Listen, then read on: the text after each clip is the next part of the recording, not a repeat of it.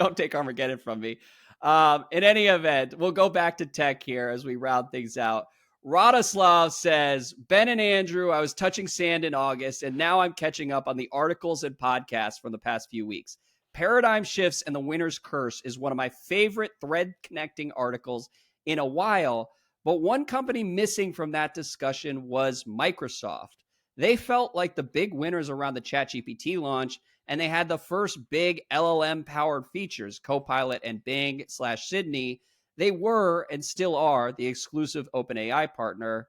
Now, though, the relationship with OpenAI is souring. They don't have a foundation model. GitHub Copilot is falling behind Cursor. There are quarterly layoffs. And who remembers Copilot plus PCs, Windows Recall, or any of their other AI initiatives?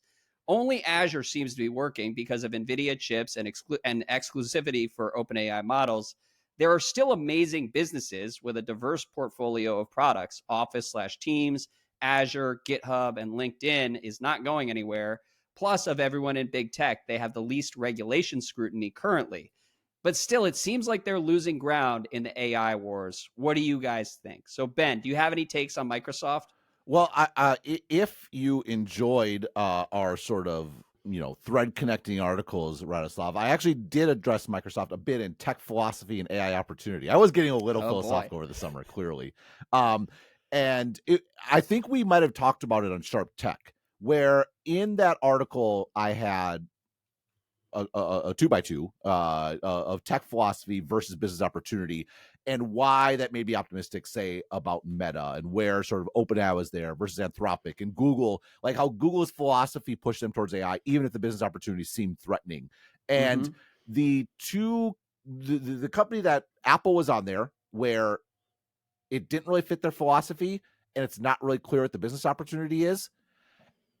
And the problem was I put Microsoft, which I put them as a high business opportunity because of sort of the AI stuff. But then at the same time, there's like the SaaS question, like if you have fewer employees, does that mean Microsoft makes less money? But then they do have the big cloud that sort of benefits, but they don't have their own models, all those sorts of things. All that to say that I agree with you, Radoslav. Like, and I think we did talk about it on Sharp Tech sort of previously, that Microsoft is it's unclear where to put them on here. The saving grace is Azure. At the end of the day, like, they're in the infrastructure chain for AI. Azure is a usage-based business, and AI is, at least for the foreseeable future, is monetized on a usage basis. So their core business, it's unclear. They have a lot of data. They have a lot of distribution. That's always advantageous. And you could make the case that them not owning models is actually totally rational and reasonable because they have a distribution channel. The models have to go through them. Just like you can make the case for Apple. Like, actually, they don't need to invest in models because they own the phone, and models should be lining up to be on Apple's platform. And that's right. And they also have stuff's going to run on Azure. So they're going to sort of make money there. So overall, I put them as a better business opportunity than Apple. And I think that's right. Is that because of Azure more than anything else, though? Because like their core business, are they both just betting on inertia going forward? Yeah, I mean, this is what was the someone was like, I think I saw some sort of tweet where everyone's like, OpenAI has no more advantages. All they have is a bunch of users. Like, that's right. That's the whole deal. That's what actually matters.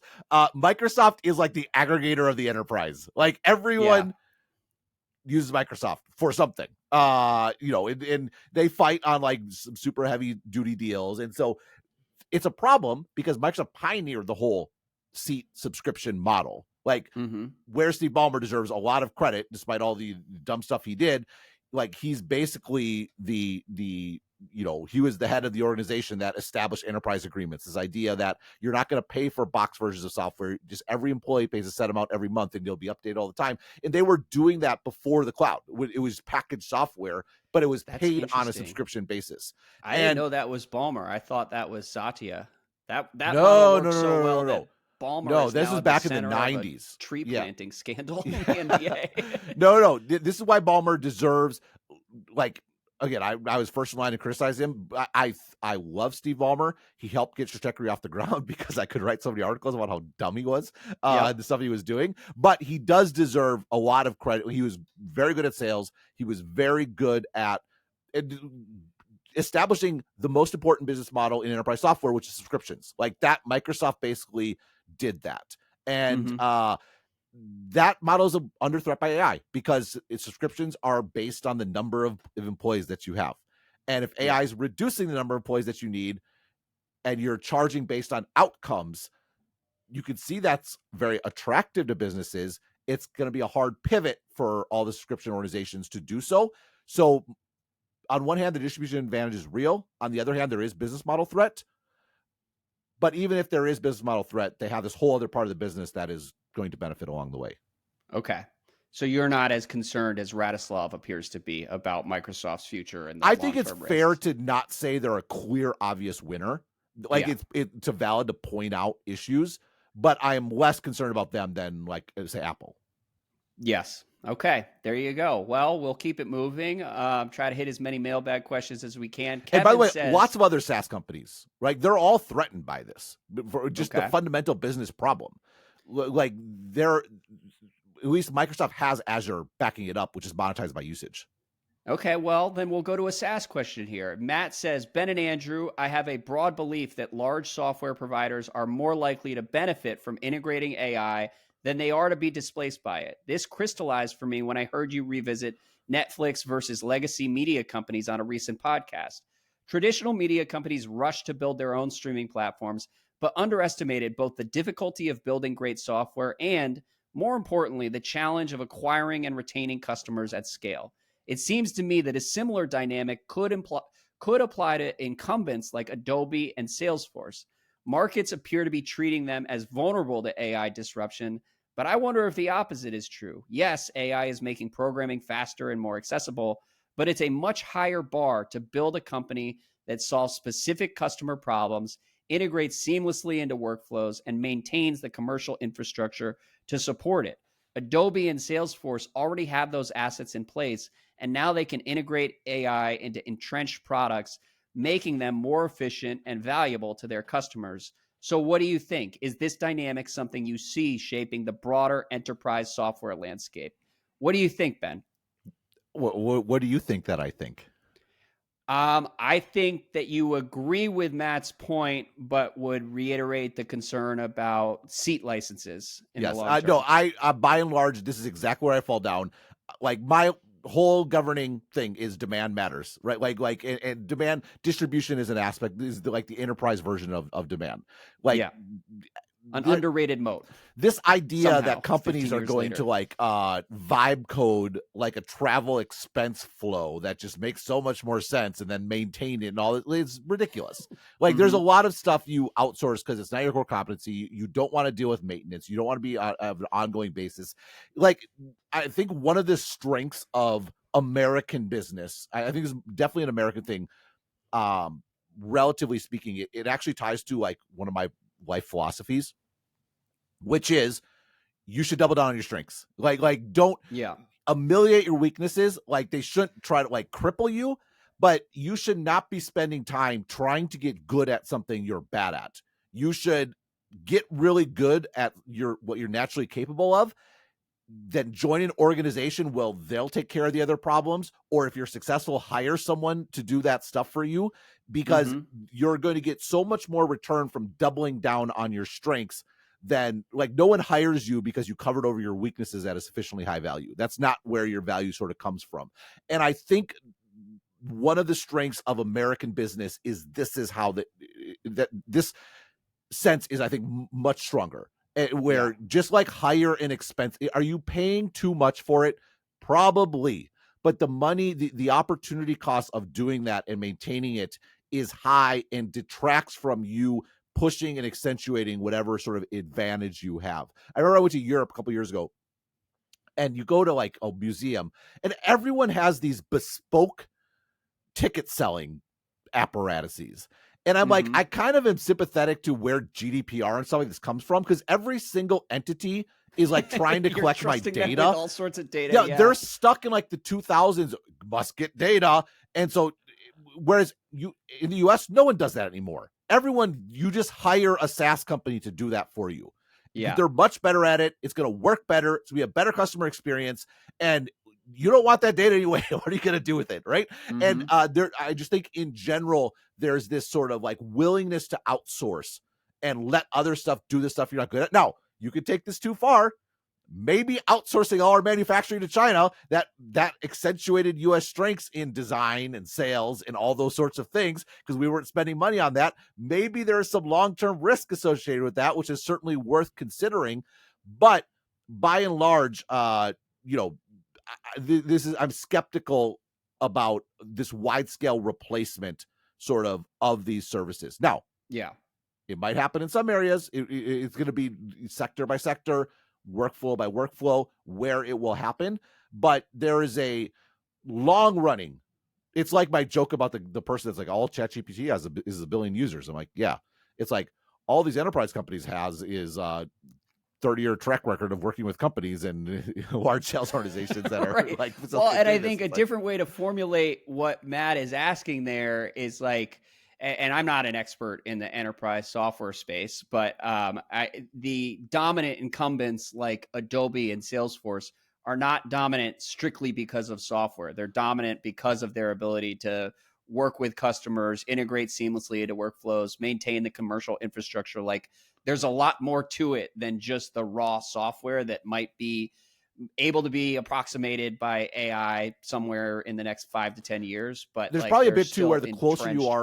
closer you are to Yeah. being like just like dirty work and like a cost center, maybe the safer you are. Like, Hmm. really, at the end of the day, do you really want to replace your CRM or whatever it is Salesforce does, right? Yeah. Whereas in Adobe, it's like they're like the Canva thread is like very real. Like entities will start out using Canva, much lower price, cheaper, accessible, and then it can scale up into doing things. Or a Figma can, yeah, you could use Photoshop if you really know what you're doing and whatever, but we can slide in something sort of more basic that gets the job done, or push you to AI workflows, things like that. So like I said, it's gonna totally vary sector by sector. You have to deliver something meaningfully better, and that's underrated, how large the delta needs to be to go through the pain of switching.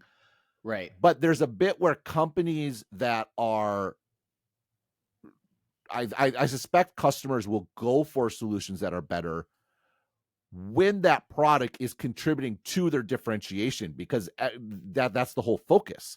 Whereas Hmm. like my expenses are accommodated more easily because the AI is smarter. Yeah, who cares? Not worth the trouble. Yeah. Well, and it is, I mean, the Netflix example is interesting too, because what happened there was everybody looked at Netflix and said, well, they're just succeeding because we stupidly licensed them our content.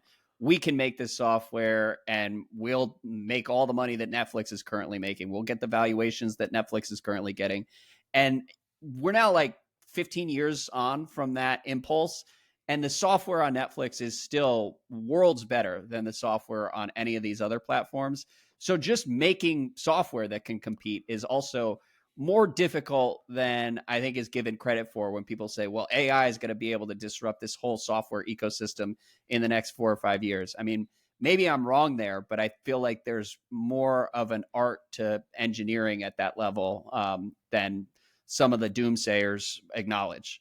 Yeah, no, I would tend to agree. I mean, I think by and large, like, this is not at all dismissal of AI. What happens is stuff gets layered on, right? It's like Windows never went away, just mobile became more important. Yeah. Like there's going to be new things that can be done, and some amount of this will be replacement. And you know what goes in, like the question about jobs in programming is like a very fraught one for lots Hmm. of reasons. Certainly there was a huge amount of over hiring in 2021. To what extent are we sort of still unwinding that? There's obviously political questions about who's taking these jobs, sort of XYZ. And then there's the AI thing and the reports, oh, AI is wiping all these jobs. It's like, well, there's like so many variables that are happening Yeah. right now So it's hard to tease out what it is, but by and large, is this going to be the one? Like, there is a weird thing where it's almost like the you got to watch the tech companies themselves, because OpenAI has a lot of job listings for engineers right now. Yeah. Right? I mean, so it's 6 months ago, Dario came out and said 6 months from now, 75% of coding is going to be done by AI. I don't think that's true. 6 months later, I mean, I don't know if you coders. count the number of like lines of code, it's possible, just because there's Okay. a lot of coding is template, like, or very sort of like cookie cutter. Like you have, there's just a lot of busy work involved in doing it. But that doesn't, So it depends on how you're accounting for that particular take from Dario. Yeah. Well, we shall see. I look forward to chronicling all of it on the podcast.